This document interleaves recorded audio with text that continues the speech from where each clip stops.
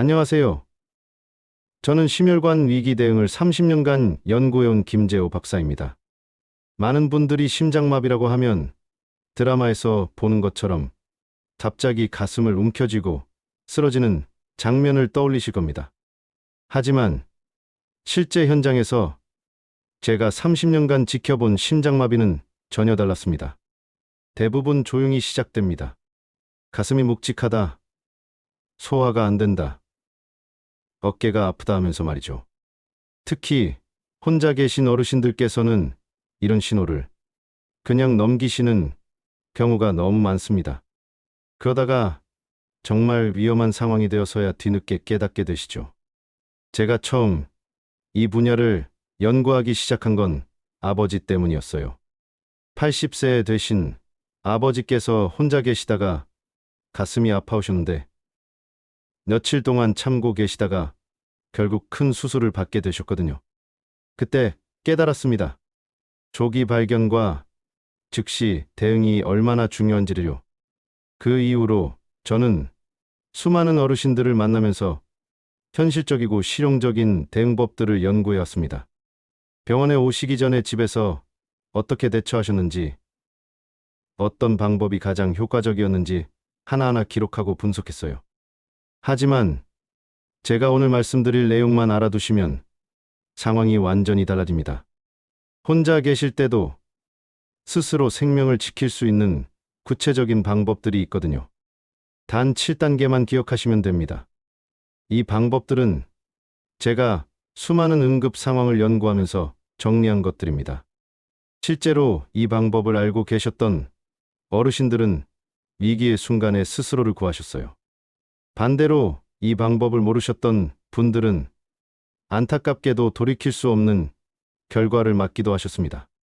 심장마비는 예고 없이 온다고들 하지만 사실은 우리 몸이 미리 신호를 보내고 있습니다. 그 신호만 제대로 알아차리고 적절히 대응하면 충분히 생명을 지킬 수 있어요.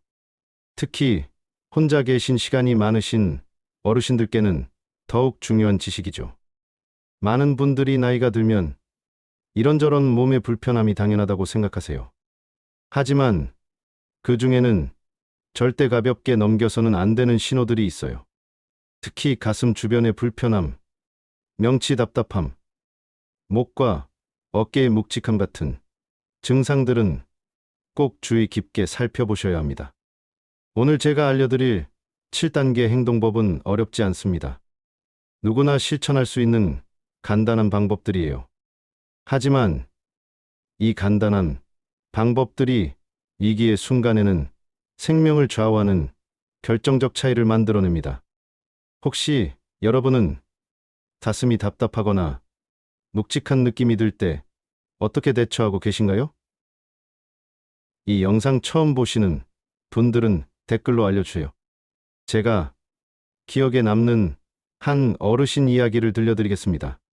74세 김영호 어르신은 평소 건강하신 분이셨어요. 아파트에서 혼자 저녁 뉴스를 보고 계셨는데 갑자기 가슴이 조여오는 듯한 압박감을 느끼셨습니다. 처음에는 저녁을 좀 빨리 드셔서 소화가 안 되는 줄 알았다고 하시더라고요. 그런데 시간이 지나면서 식은땀이 흐르기 시작했습니다. 숨도 조금씩 차오르고 어깨까지 아파오더니 이건 뭔가 다르다는 생각이 드셨대요. 김영호 어르신이 특히 다행이었던 건 평소에 혼자 사시는 시간이 많으셔서 이런 상황을 미리 대비해 두셨다는 점이에요. 현관 옆 서랍에는 항상 아스피린을 준비해 두셨고 휴대폰에는 중요한 연락처들을 잠금화면에 저장해 두셨거든요. 이런 작은 준비들이 결국 생명을 구한 셈이었죠. 다행히 김영호 어르신은 몇 달 전 경로당에서 제가 강의했던 내용을 기억하고 계셨습니다. 즉시 TV 리모컨을 내려놓고 소파에 등을 기댄 채 움직임을 멈추셨어요. 그리고 서랍에서 아스피린을 꺼내 씹으신 다음 119에 신고하셨습니다. 가장 중요했던 건 현관문을 열어두신 것이었어요. 평소에는 보안이 걱정되셨겠지만 그 순간만큼은 생명이 우선이라고 판단하시던 거죠. 구조대가 도착했을 때 바로 들어올 수 있어서 골든타임을 놓치지 않았습니다. 어르신께서 나중에 말씀하시길 그 순간 가장 무서웠던 건 혼자라는 사실이었다고 하세요. 하지만 미리 배운 대로 차근차근 행동하니까 마음도 좀 진정되고 상황을 객관적으로 판단할 수 있었다고 하시더라고요. 이게 바로 준비의 힘이에요. 김영호 어르신의 빠른 판단이 결국 생명을 지킨 셈이었습니다. 나중에 병원에서 확인해 보니 실제로 심근경색이 진행되고 있었거든요. 만약 그때 잘못 판단하셔서 참고 계셨다면 어떻게 되었을지 모릅니다.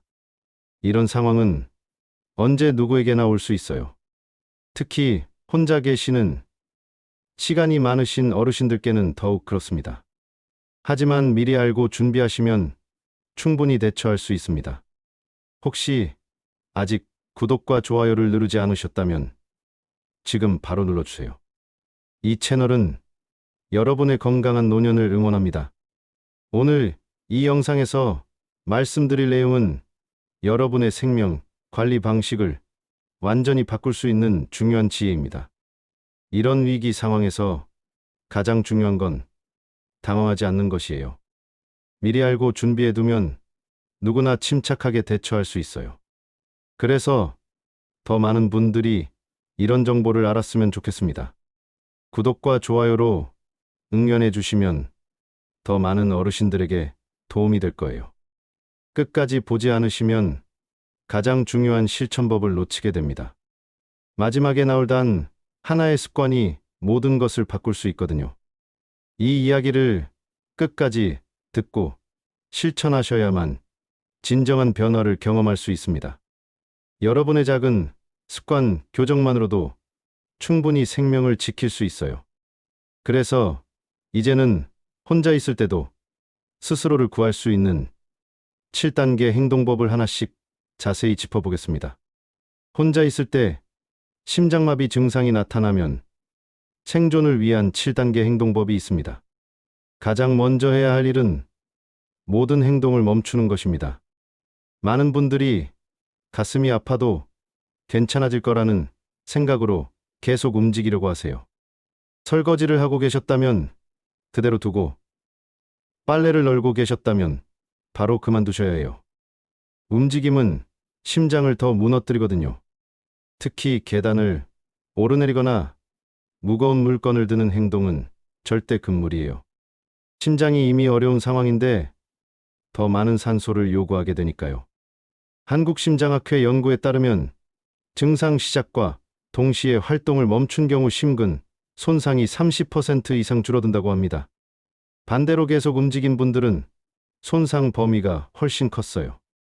78세 박명자 어르신은 텃밭에서 배추를 따다가 가슴이 아팠는데도 일을 마저 하려다가 쓰러져서 심각한 손상을 입으셨습니다. 나중에 가족분께서 그때 바로 멈추고 쉬었다면 하는 후회를 많이 하시더라고요. 통증이나 압박감이 오면 즉시 가까운 곳에 앉아서 등을 기대세요. 소파든 의자든 벽이든 상관없어요. 절대로 억지로 걷거나 운전하려고 하시면 안 됩니다. 혹시 가슴이 답답해도 그냥 참아본 적이 있으신가요? 그런 습관은 정말 위험해요. 두 번째로 해야 할 일은 아스피린을 씹는 것입니다. 삼키는 게 아니라 씹어야 해요. 씹으면 흡수가 5배나 빨라지거든요. 미국 심장협회 발표에 따르면 응급 상황에서 아스피린을 복용하면 사망률이 20%나 낮아진다고 합니다. 아스피린은 혈액을 묽게 만들어서 심장으로 가는 혈류를 개선해줘요. 하지만 반드시 씹어서 드셔야 효과가 빨라집니다. 물과 함께 삼키면 위에서 녹는 시간이 오래 걸리거든요. 72세 김철수 어르신은 평소 아스피린을 항상 지갑에 넣고 다니셨어요. 마트에서 장을 보다가 갑자기 가슴이 조여오는데 바로 아스피린을 씹고 대처하셔서 심근 손상 범위를 크게 줄이셨습니다. 여러분도 집안 여러 곳에 그리고 지갑에도 아스피린을 준비해 두세요. 거실, 침실, 부엌, 화장실까지 주요 공간마다 하나씩 두시는 게 좋아요. 다만 아스피린 알레르기가 있거나 출혈 위험이 있는 분들은 제외입니다. 여러분은 아스피린을 집안 어디에 두고 계신가요? 눈에 잘 띄는 곳에 두시는 게 중요해요. 세 번째는 119에 신고하는 것입니다. 가족이나 지인에게 먼저 연락하려고 하시는 분들이 많은데 119가 우선이에요. 신고가 1분씩 늦어질 때마다 생존율이 10%씩 떨어지거든요. 119에 신고할 때는 반드시 심장마비 의심이라고 말씀하세요. 그래야 가장 빠른 구조대가 출동합니다. 그리고 주소를 정확하게 말씀하는 것도 중요해요. 76세 이정이 어르신은 가슴 통증이 와서 119에 신고하셨는데 주소를 정확히 말하지 못해서 구조대 도착이 지체되었어요. 그래서 미리 아파트 동호수까지 정확한 주소를 종이에 적어서 전화기 옆에 붙여두시길 권해드려요. 위급할 때는 평소에 잘 알던 것도 갑자기 기억이 안 날 수 있거든요. 여러분은 긴급 상황에 바로 부를 수 있는 정확한 주소를 준비해 두셨나요? 이런 준비가 생명을 좌우할 수 있어요. 네 번째는 현관문을 열어두는 것입니다. 구조대가 문을 부수는 시간도 생명과 직결되거든요. 한국응급구조학회 보고에 따르면 현관문을 미리 열어둔 경우만으로도 생존율이 23%나 높아진다고 해요. 81세 전기철 어르신은 평소 보안이 걱정됐지만 이 급한 순간에는 과감히 현관문을 열어두었어요. 덕분에 구조대가 즉시 들어와서 신속하게 구조받을 수 있었습니다. 도어락 비밀번호를 큰 글씨로 써서 현관문에 붙여두시는 것도 좋은 방법이에요.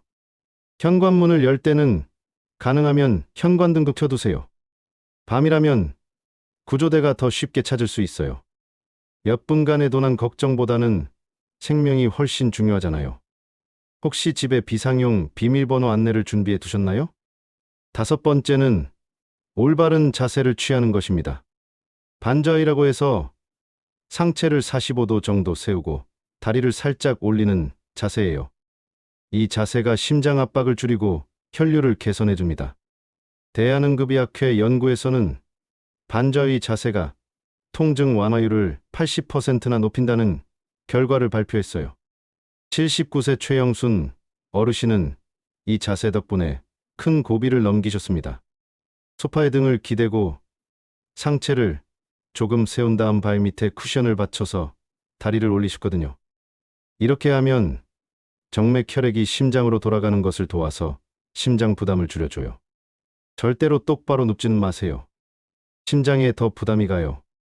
또 엎드린 자세도 위험해요. 여러분은 위급할 때 어떤 자세를 취하실 건가요? 미리 연습해 보시는 것도 좋아요. 여섯 번째는 문자로 짧게 알리는 것입니다. 전화 통화는 길어지면 심장을 더 압박할 수 있어요. 간단한 SOS 메시지가 구조 속도를 2배나 빠르게 한다는 연구 결과도 있습니다. 75세 이명자 어르신은 가슴 아파 119 불렀어라는 짧은 문자 하나로 가족들이 즉시 상황을 파악할 수 있었어요. 평소에 가족들과 이런 상황에서 쓸 문구를 미리 약속해 두시면 좋습니다. 응급 상황 119 불렀어라든지 가슴 아파 병원 간다든지 간단한 문구로 약속하세요. 최근 스마트폰에는 SOS 기능도 있으니까 활용해 보세요. 버튼 몇 번만 누르면 자동으로 위치와 함께 문자가 전송돼요. 통화 대신 문자로 가능하면 SOS 기능을 사용하세요. 혹시 가족과 이런 약속을 나눠보신 적이 있으신가요? 일곱 번째는 4대6 호흡법입니다. 4초 동안 들이마시고 6초 동안 내쉬는 거예요. 이 호흡법이 산소 공급과 긴장 완화에 정말 중요합니다. 서울대 의과대학 연구팀에 따르면 규칙적인 호흡법만으로도 심근 손상을 30%나 줄일 수 있다고 해요. 80세 최병철 어르신은 이 호흡법 덕분에 구조대가 올 때까지 2기를 버티셨습니다. 4초 동안 천천히 들이마시면서 하나 둘 셋 넷을 세고 6초 동안 내쉬면서 하나, 둘, 셋, 넷, 다섯, 여섯을 세시면 돼요. 마음속으로 숫자를 세면 마음도 진정되고 호흡도 규칙적으로 할 수 있어요. 너무 빠른 호흡은 오히려 위험하니까 천천히 하세요. 과호흡이 되면 어지러움이나 손발 저림까지 올 수 있거든요. 여러분은 긴장될 때 어떤 호흡법을 쓰시나요? 평소에 연습해 두시면 위급할 때 도움이 됩니다. 이렇게 7단계를 모두 익히셨다면 이제는 평소에 미리 준비해 둘 수 있는 생활 습관들을 알아보겠습니다. 혼자 사는 어르신들이 꼭 준비해야 할 4가지 습관들이 있습니다. 이런 준비가 위급한 순간에 생명을 구할 수 있어요. 첫 번째 습관은 현관 대비입니다. 도어락 번호를 적은 봉투를 현관문에 붙여두시는 거예요. 응급시 도어락 번호라고 큰 글씨로 써서 눈에 잘 띄는 곳에 붙여두세요. 구조대가 문을 부수는 시간을 아낄 수 있거든요. 실제로 구조대 직원들이 가장 답답해하는 순간이 문을 열지 못해서 헤매는 시간이라고 해요. 몇 초 몇 분이 생명을 좌우할 수 있는 상황인데 문 때문에 지체되는 건 정말 안타까운 일이죠. 현관문에 명확하게 표시해 두시면 구조대가 바로 확인할 수 있어요. 봉투 색깔은 빨간색이나 노란색처럼 눈에 잘 띄는 색으로 하세요. 그리고 응급 상황이라는 표시도 함께 써두시면 좋아요. 만약 이웃분이 발견하셨을 때도 바로 상황을 파악할 수 있거든요. 도어락 번호뿐만 아니라 열쇠가 어디 있는지도 함께 적어두시면 더욱 좋습니다. 혹시 현관에 이런 대비를 해두셨나요? 보안이 걱정되시겠지만 위급한 순간에는 생명이 우선이에요. 두 번째 습관은 휴대폰 SOS 기능을 설정해 두는 것입니다. 요즘 스마트폰에는 긴급 상황에서 버튼 몇 번만 누르면 자동으로 신고되고 위치까지 전송되는 기능이 있어요. 이 기능을 미리 설정해 두시고 가족들과도 공유해 두셔야 효과적입니다. 설정 방법은 휴대폰 기종마다 조금씩 다르지만 대부분 설정 메뉴에서 긴급 SOS를 찾으시면 돼요. 한번 설정해 두시면 평생 안심이 되실 거예요. 그리고 설정한 다음에는 가족들에게 미리 알려드려서 테스트도 해보세요. 아이폰의 경우 옆면 버튼을 5번 빨리 누르면 되고 안드로이드 폰은 전원 버튼을 3번 누르거나 볼륨 버튼과 함께 누르는 경우가 많아요. 각자 휴대폰에 맞는 방법을 미리 확인해 두시고 연습해 보세요. 실제 상황에서는 당황해서 평소에 알던 것도 잊어버릴 수 있거든요. 여러분 휴대폰에 SOS 기능을 켜두셨나요? 모르고 계신 분들이 의외로 많으세요. 세 번째 습관은 잠금 화면에 의료 정보를 남겨두는 것입니다. 혈액형, 복용하고 계신 약, 보호자 연락처 같은 필수 정보들이요. 응급실에서 의료진이 가장 먼저 확인하는 게 바로 이런 정보들이거든요. 휴대폰 설정에서 긴급 정보나 의료 정보 항목을 찾으시면 됩니다. 너무 자세한 개인정보는 노출 위험이 있으니까 꼭 필요한 것들만 간단히 적어두세요. 혈액형 A형, 고혈압약 복용, 보호자 아들 김철수 010에 1234에 5678 이런 식으로요. 알레르기 정보도 중요해요. 특정 약물이나 음식에 알레르기가 있으시다면 반드시 적어두세요. 응급실에서 약물을 사용할 때 알레르기 정보는 정말 중요하거든요. 또한 현재 복용 중인 혈압약이나 당뇨약, 혈액기석제 같은 약물 정보도 필수예요. 잠금 화면에 의료 정보를 남겨두셨나요? 이런 작은 준비가 응급 상황에서 큰 도움이 돼요. 네 번째 습관은 아스피린 응급 봉투를 준비해 두는 것입니다. 빨간색 봉투에 아스피린과 간단한 사용법, 그리고 중요한 연락처들을 넣어서 냉장고 문이나 침실 등 눈에 잘 띄는 곳에 붙여두세요. 봉투 겉면에는 응급시 아스피린이라고 큰 글씨로 써두시고요. 안에는 아스피린과 함께 씹어서 드세요라는 메모, 그리고 119와 보호자 연락처를 적은 종이를 넣어두시면 됩니다. 본인이 아니라 다른 분이 발견했을 때도 바로 도움을 줄 수 있게요. 아스피린은 유통기한도 확인해서 주기적으로 교체해 주세요. 보통 2에 3년 정도 보관할 수 있지만 습기가 많은 곳에 두면 더 빨리 상할 수 있어요. 그리고 아스피린 봉투는 여러 곳에 준비해 두시는 게 좋아요. 거실, 침실, 부엌 등 주요 공간마다 하나씩요. 실제로 이웃 어르신이 쓰러지신 걸 발견한 분이 이런 봉투 덕분에 신속하게 대처한 사례도 있었어요. 집안 어디에 두면 가장 잘 보일까요? 본인도 잘 보이고 다른 사람도 쉽게 찾을 수 있는 곳이 좋겠죠. 이런 4가지 습관만 준비해 두셔도 혼자 계실 때 훨씬 안전해집니다. 특히 가족들이 멀리 계시거나 혼자 사시는 시간이 많으신 어르신들께는 정말 중요한 준비예요. 물론 이런 상황이 오지 않는 게 가장 좋겠지만 만약을 위한 준비는 해두시는 게 맞죠. 보험 드는 것과 같은 개념이에요. 쓸 일이 없으면 다행이고 필요할 때는 생명을 구할 수 있으니까요. 이제 오늘 말씀드린 모든 내용들을 정리해서 마무리해 보겠습니다. 오늘은 혼자 있을 때, 심장마비 증상이 왔을 때 스스로 생명을 지키는 방법을 자세히 말씀드렸습니다.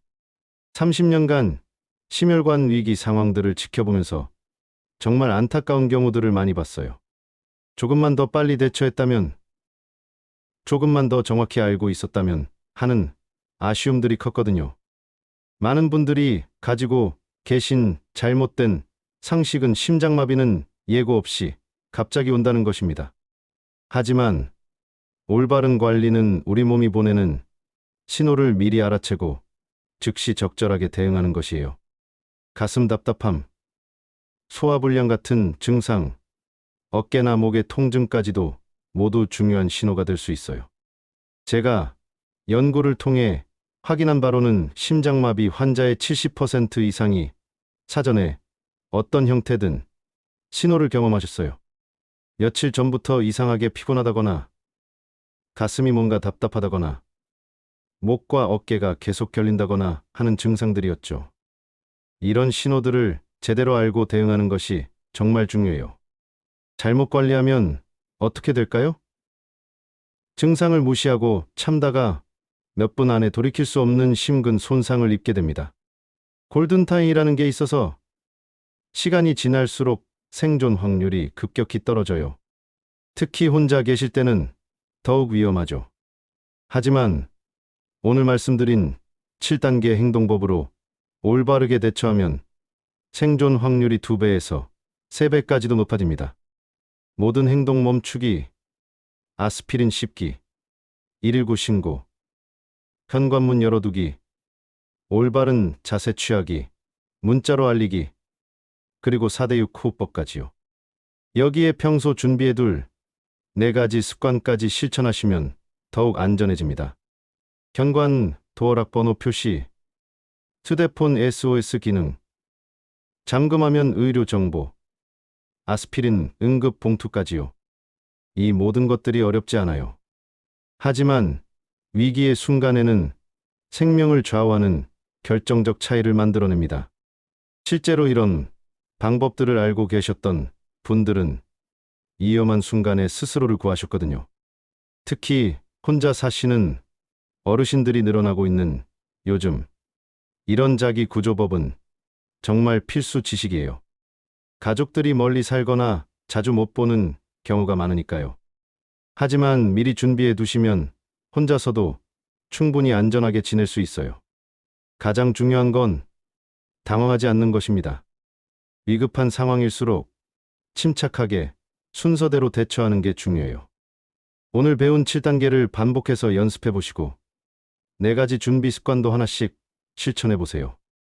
오늘 당장 실천할 수 있는 단 하나의 제안을 드린다면 아스피린 한 통을 눈에 잘 띄는 곳에 두는 것입니다. 냉장고 문이든 거실 선반이든 상관없어요. 빨간 봉투에 넣어서 응급시 아스피린이라고 써서 붙여두세요. 이것만으로도 위급한 순간에 큰 도움이 될 거예요. 다음 영상에서는 가슴 통증과 소화불량을 어떻게 구분할 수 있는지에 대해 자세히 다뤄보겠습니다. 많은 어르신들이 헷갈려 하시는 부분인데 정확한 구분법을 알아두시면 더욱 안전하게 대처하실 수 있을 거예요. 실제로 심장 관련 증상의 40% 정도가 소화불량과 비슷하게 나타나거든요. 그래서 많은 분들이 놓치기 쉬워요. 하지만 몇 가지 구분법만 알아두시면 확실히 판단할 수 있습니다. 오늘도 끝까지 시청해 주셔서 감사합니다. 이런 중요한 정보를 더 많은 분들이 알 수 있도록 구독과 좋아요로 응원해 주세요. 여러분의 건강한 노년을 위해 계속해서 유용한 정보들을 준비해 오겠습니다. 혹시 오늘 말씀드린 7단계 중에서 여러분이 가장 먼저 실천해 보고 싶은 단계는 무엇인가요? 아니면 이미 준비해 두신 것들이 있으시다면 자랑스럽게 알려주세요. 댓글로 나눠주시면 다른 분들께도 큰 도움이 될 거예요.